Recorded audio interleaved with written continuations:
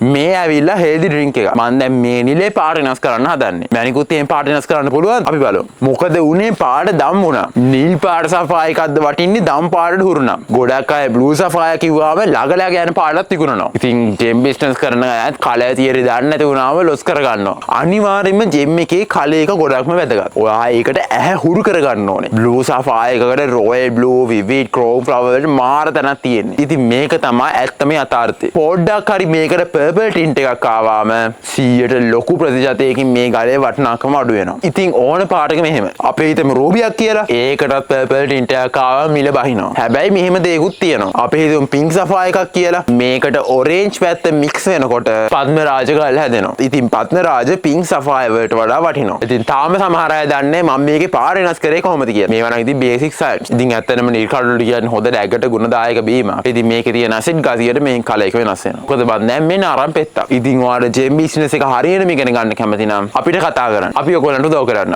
අපි ඒ වෙනුවෙන්ම කාර්ය බහුල ඔයාට උනත් ඉගෙන ගන්න පුළුවන් වෙන විදියට ඔන්ලයින් පාඨමාලාවක් හදලා තියෙනවා. එහෙනම් අපිට දැම්ම කෝල් එකක් දෙන්න.